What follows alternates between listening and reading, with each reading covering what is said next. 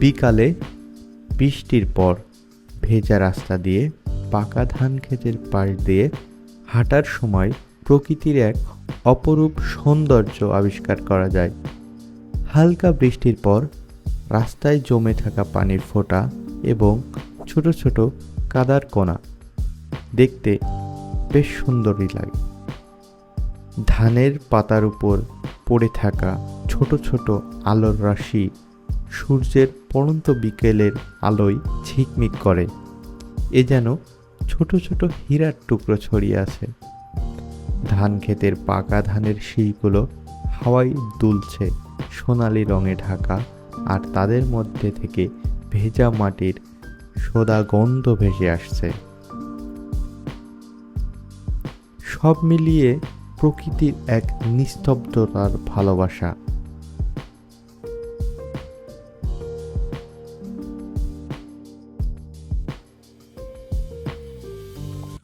তো আমরা দুই ভাই আজ হাঁটা শুরু করেছি। আমরা যদি বৃষ্টি হয়েছে, বিকাল হয়ে গেছে, সন্ধ্যা হব ভাব। তো এই সুন্দর প্রাকৃতিক রাস্তা দিয়ে আমরা দুইজন ভাবলাম যে আজকে প্রত্যেক দিন তো আমরা বাইকে করেই ঘুরি, আজকে একটু আমরা হাঁটতে হাঁটতে ঘুরি।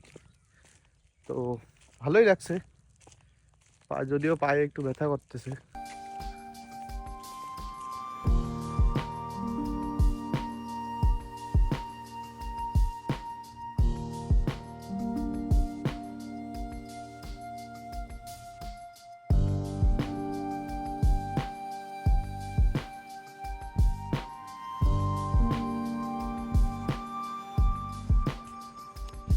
আমাদের গ্রামের আরেকটি অন্যতম আকর্ষণীয় জায়গা হলো এই বুকভরা বাউল। আমার সামনে দেখতে পাচ্ছেন পানি অনেকখানি এখন নিচে নেমে গেছে, যার কারণে এটা আস্তে আস্তে দর্শনার্থীদের কাছে আরো বেশি জনপ্রিয় হয়ে উঠছে। আমরা দুই ভাইও আসলাম যেহেতু বাজারে। এই হলো অবস্থা, পানি এখন অনেকখানি নিচে নেমে গেছে।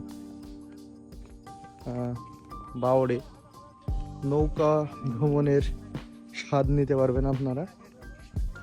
এখানে আমাদের গ্রামের স্থানীয় মাঝিরাই এই সার্ভিসটি দিয়ে থাকে। তারা যখন মাছ ধরে একই নৌকায় যখন ফ্রি থাকে তখন নৌকা রাইড দিয়ে থাকে। এটা একটা বাড়তি ইনকামের সুবিধা। তো অল্প কিছু দর্শনার্থী এই মুহূর্তে আছে, আর কিছু আছে ওই যে দূরে, আমি জানি না ক্যামেরায় দেখা যাচ্ছে কিনা, বাওড়ে তারা ইতিমধ্যে নৌকা নিয়ে চলে গেছে।